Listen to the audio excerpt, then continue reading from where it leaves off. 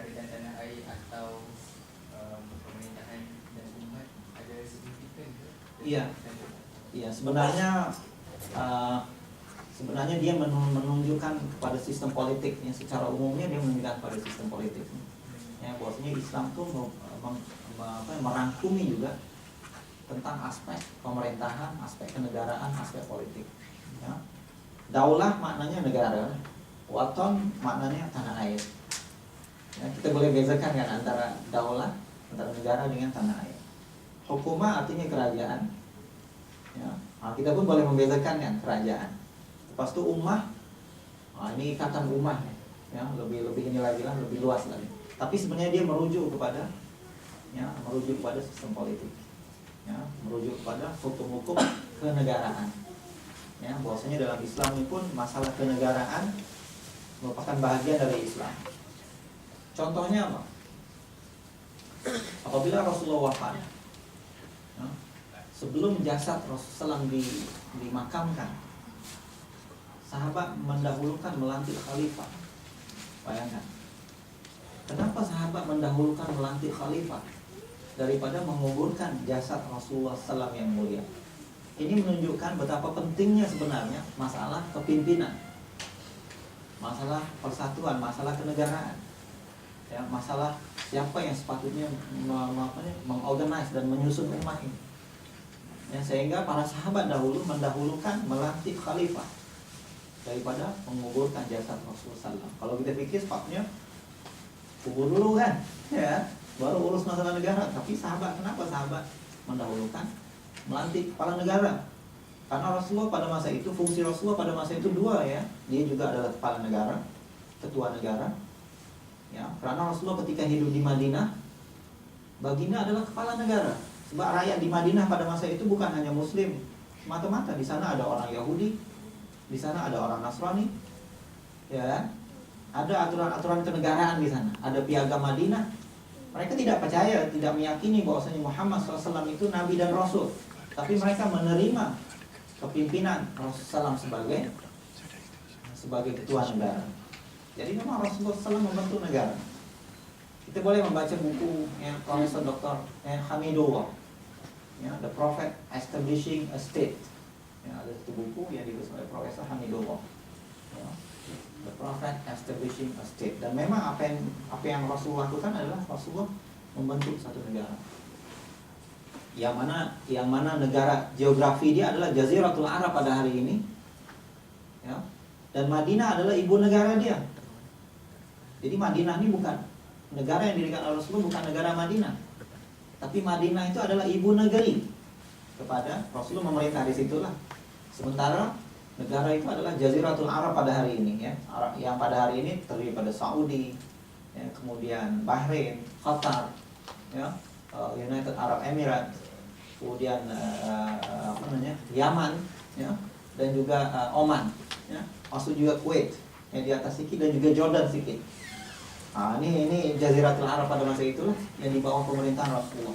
Dan rakyatnya adalah Muslim dan juga non-Muslim. Ya, Muslim membayar zakat, non-Muslim membayar jizyah. Ada dia punya aturan-aturan kenegaraannya. Memang betul-betul negara. Jadi apabila Rasulullah wafat, maka negara tadi kena ada yang menggantikan kepemimpinannya. Siapa dia yang memimpin? Para khalifah. Jadi dia merujuk kepada sistem politik. Ya, apabila Imam Bana menyebut tentang madatun wasarwatun au kasbun wa ghina, dia merujuk kepada sistem ekonomi. Yes, ada sistem ekonomi dia. Ya. Kemudian seni Islam, seni bangunan misalnya, architecture dalam Islam. Ya, art, Islamic art. Coba baca Islamic art. Ya, jadi ada aspek seni yang tersendiri. Memang ada yang disebut sebagai Islamic art. Ya, bagaimana seni bangunan Islam, bagaimana para ulama dahulu membuat bangunan. Ya. Sehingga walaupun di negara yang panas, tapi dalam tuh boleh sejuk juga. Nah, ini ada unsur teknologi ya, yang di dalam. Ya. Jadi memang ada lah dia punya guideline. Ya, memang ada. Termasuk juga suara, seni suara ya, dari segi nasyid dan sebagainya. Tapi tidak seperti mana seni pada hari ini lah. Seni pada hari ini sudah melampau ya, sudah ekstrim. Ya, seni yang ekstrim. Tapi seni dalam Islam ini seni yang seimbang.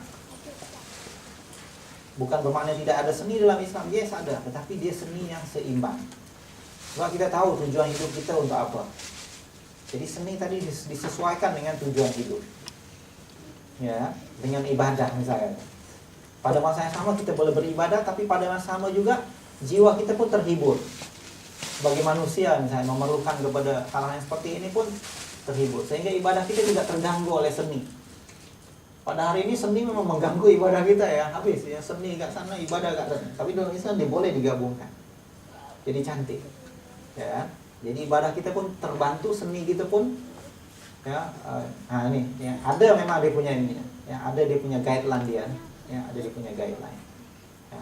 Dari segi aspek nak memahami ayat yang terakhir itu kan, sebagaimana itu Islam adalah akidah dan ibadah yang benar. Jadi aspek lain itu tidak kurang dan tidak lebih. Ya, aspek lain tu ada di dalam Islam juga. Tadi dari segi maksud timbangan ni. Of course dari segi timbangannya adalah akidah dan ibadah ni lebih inilah, ini yang merupakan. Tapi yang lain itu adalah ya, ada juga dalam Islam. Nah, itu maknanya. Ya. Bukan merujuk kepada timbangan bahawa yang aspek-aspek lain sama berat dengan ibadah. Tidak sama berat, ya. Tidak sama berat, ya.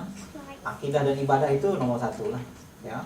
Akidah dan ibadah itu nomor satu. Jadi sawaan di sawah ini maknanya semua itu adalah bahagian daripada Islam juga. Tapi kita tak ukur dia punya neracanya lah. Kalau neracanya of course dari segi akidah ibadah. Nanti kita akan bincang lagi ya. Ada usul-usul selanjutnya yang akan menjelaskan balik ya, tentang usul yang umum. Ya, tetap akidah dengan ibadah itu tetap dia ini lah. Ya, dia tetap ya, pasti.